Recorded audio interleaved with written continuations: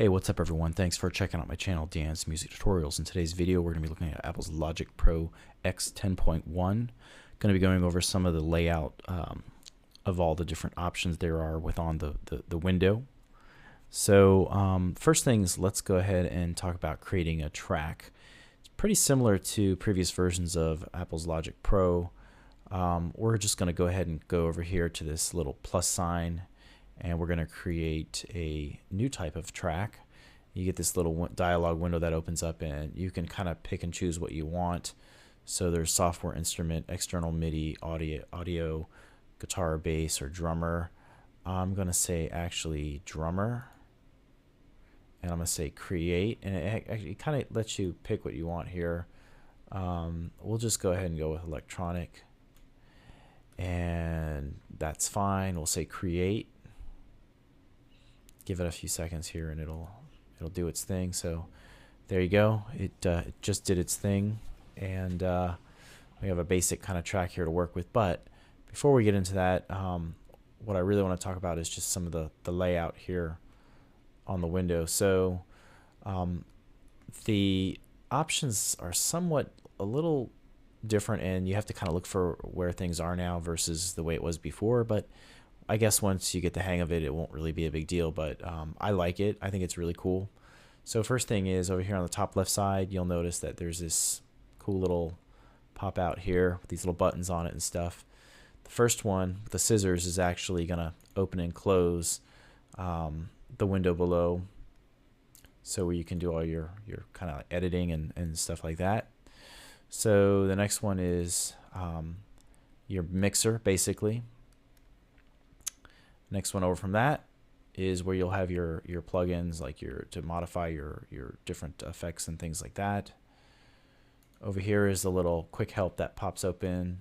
You can toggle it, or you can leave it open and just minimize it by clicking the little arrow here. Okay. Over here,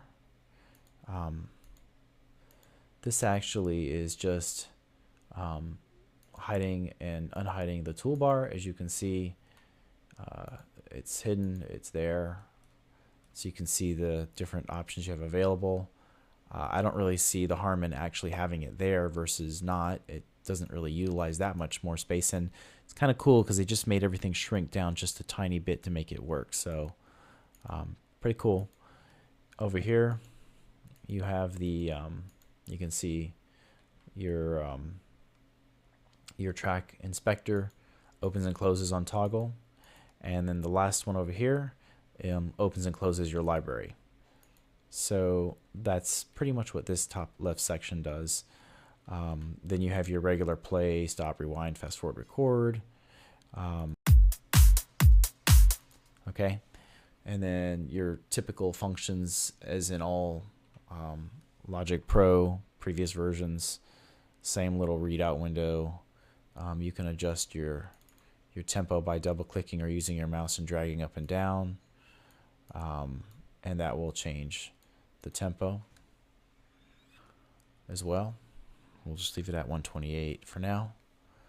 Over here you have a few more other options: cycle, replace, low latency mode, tuner, solo.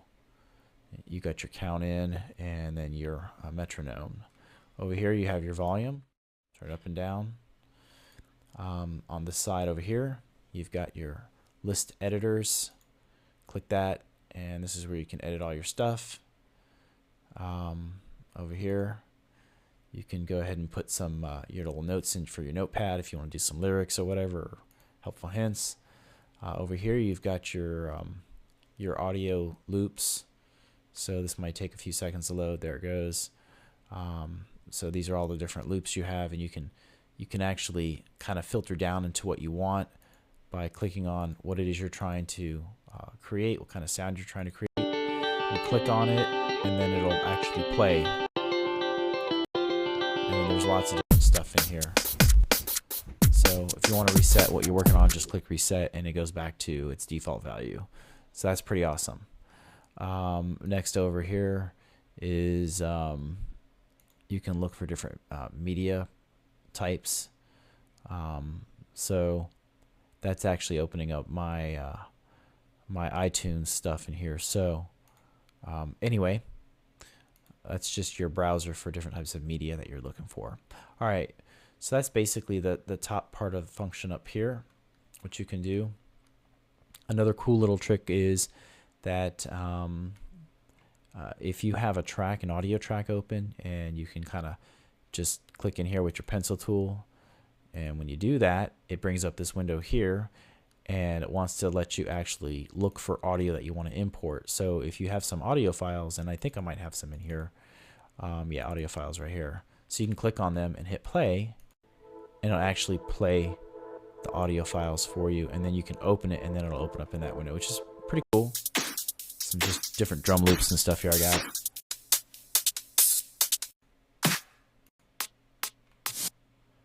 Okay, so that's that.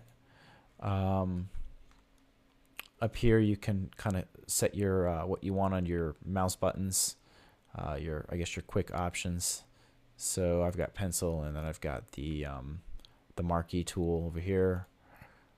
This is basically how you want your little pointer here as it goes along the screen, where you want it to stop at. So right now it's defaulted to smart. You can set it to bar. There's beat, division, ticks. Depends on what you're trying to do. You can change it so you can really edit things exactly how you want. I use it a lot. I change it around a lot when I'm making tracks. So anyway, okay, let's see. Over here you have this basically is just viewing your WAV file, zoom in, zoom out, but I don't have one in there, so it's not doing it. Let's see.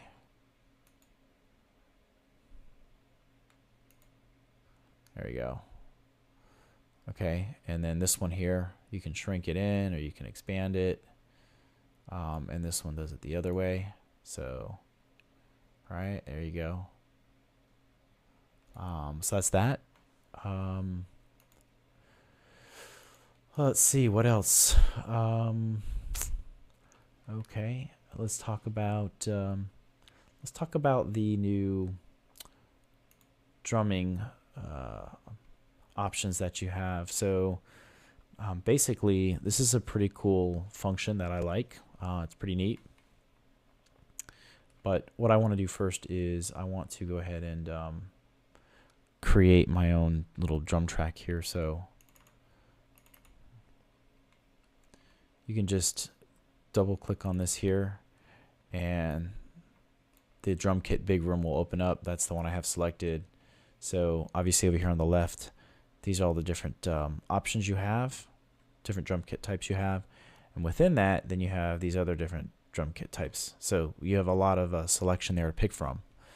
So let's say that I wanted to create a hi-hat, or let's just say I want a straight kick drum. Let's just do that instead.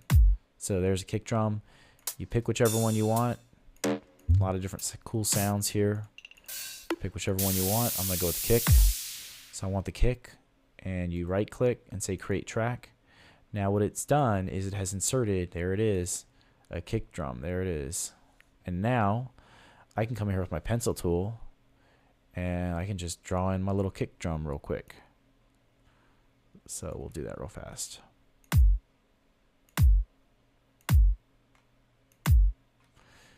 Up here at the top, if you want to loop, you can just hold down with your left mouse button, and you can just set it to where you want. So I've got it set from 1 to 2. All right, so we'll go ahead and play it. Let me turn this off. Yeah, actually I want to delete this because I don't want to hear that. I just want to hear.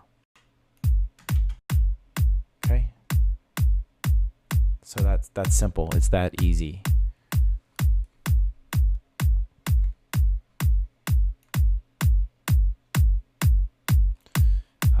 Just as easy it was to add that simple kick drum, I can easily add another one. Just click up to where it says big room, open it up, and I can put some hi-hats in next. So I'll go with that, and I'll just go ahead and right click it and say create track, and magically there it is. So now I can just come in here and click it in, and can go ahead and put that hi-hat sound in.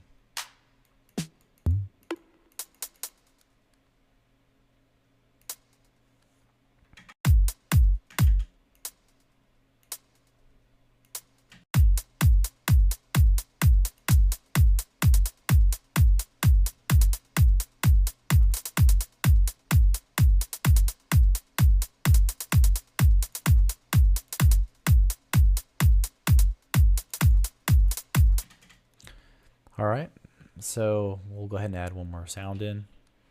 Again, I'm just going to double click on that, and we'll just do some hand claps. There we go. Easy enough to find. Another cool thing is that you can also control all these different elements within each one of these different sounds, which is pretty awesome. So again, I'm going to go create track. There's my clap. And I'll go ahead and draw it in, and I'll find my clap here, and then I'll put it in.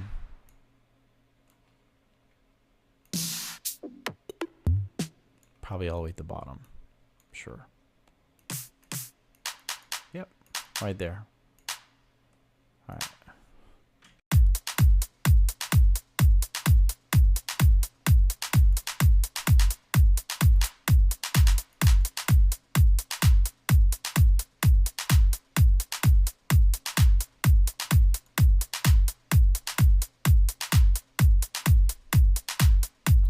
Also, it's got these pictures above each track, which is helpful if you're trying to figure out what's what.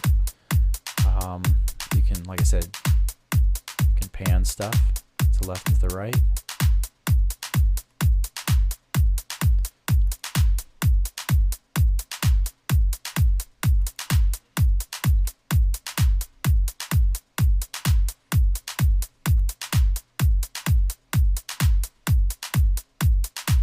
Okay.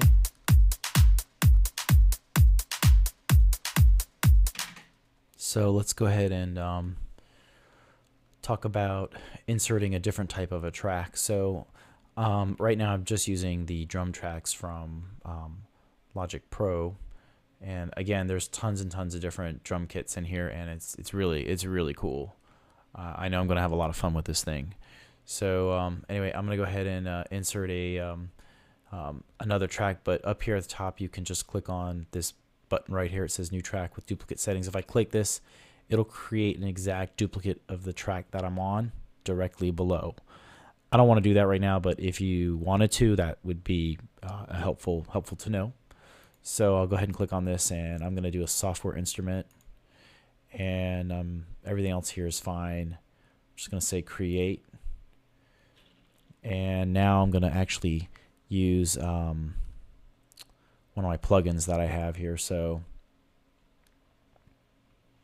I'm going to go down to right here where it says ePiano. That's what it's currently defaulted to, but I'm going to change that to a different plugin. So I'm going to click on the down arrow, and you can see here that it's got all these different options you can pick from. So all these items over here in the menu, these are all different sound designing tools, modules, whatever you want to call them, plugins, like virtual synthesizers and drum machines and that sort of thing. So that's what all this stuff is right here.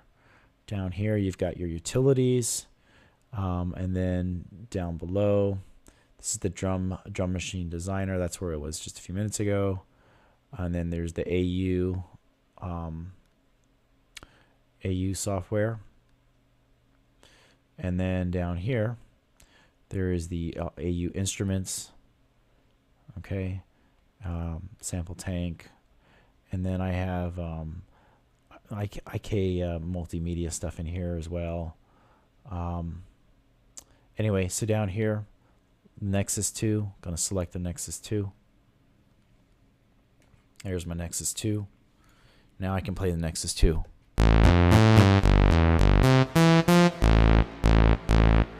So let's get some bass, and let's do an arpeggio. Turn it on. 116.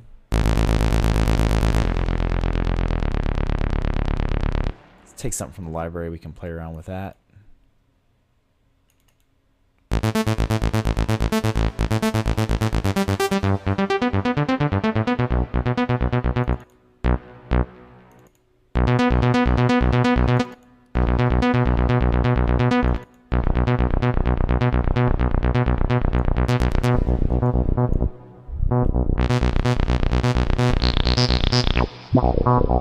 So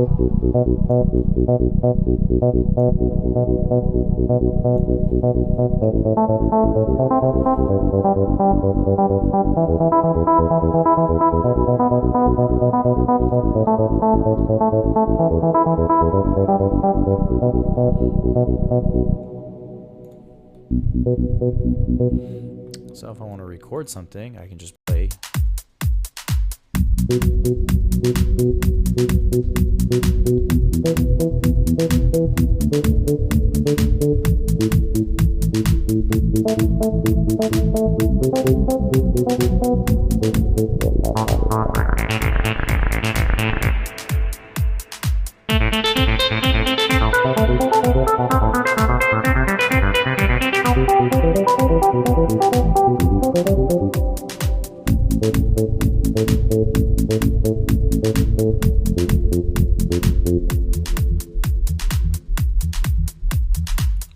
So if I wanted to just duplicate, I would select my pointer, select my tracks, move my my pointer to the end of the track.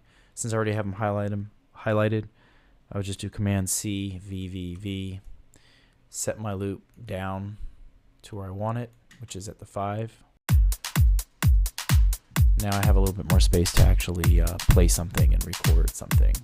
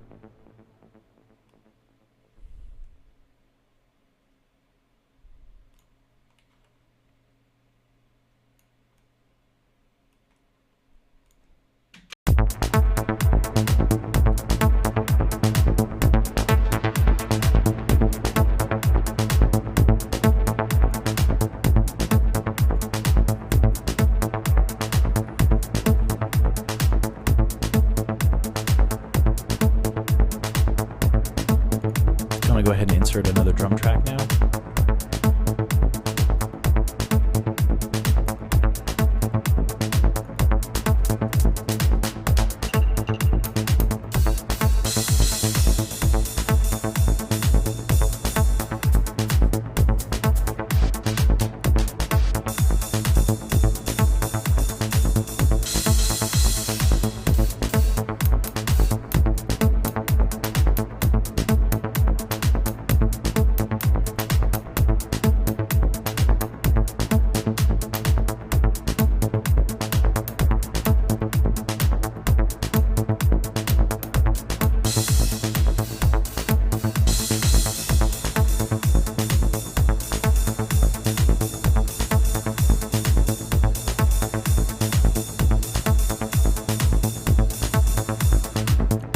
So I'm going to go with the ride.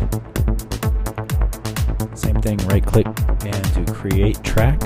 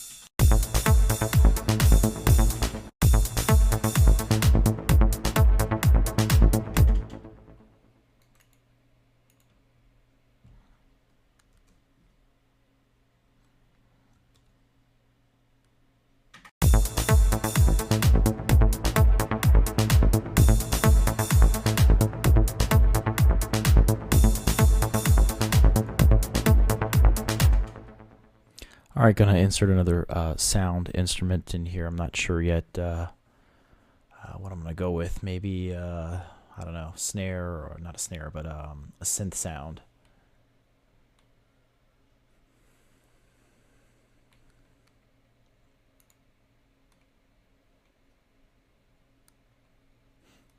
Go ahead and go with another software instrument. Say create, and it defaults to sound from Logic.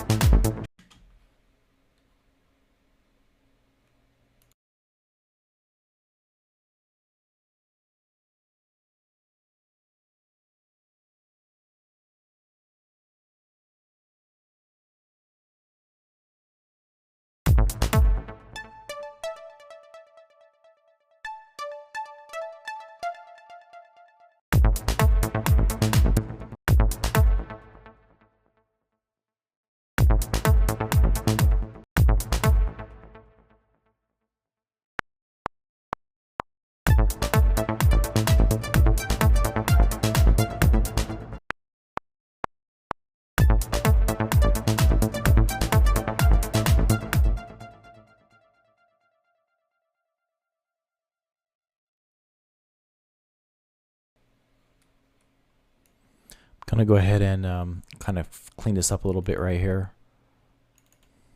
So I like the melody is cool, but it's a little off. So you can just do edit, and you can do select all. I already did that by just dragging it over. And I'm just gonna go to functions and do quantize. Kind of puts everything back where I want it to be. So that sounds better. Another thing I want to do is I'm going to shorten the notes up a little bit. So I select them all again.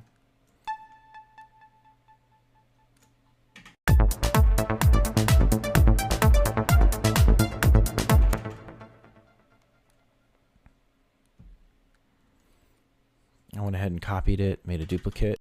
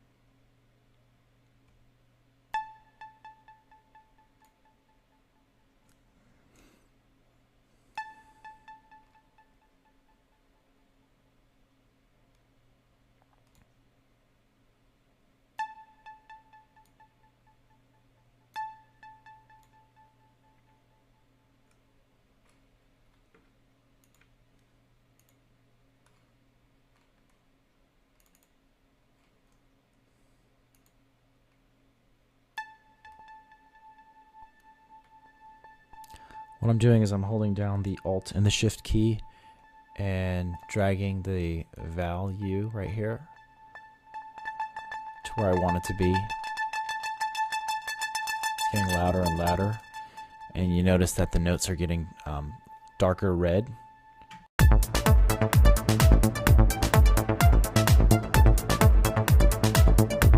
So now I have a little bit of a sound, but I can change this to any instrument I want at this point.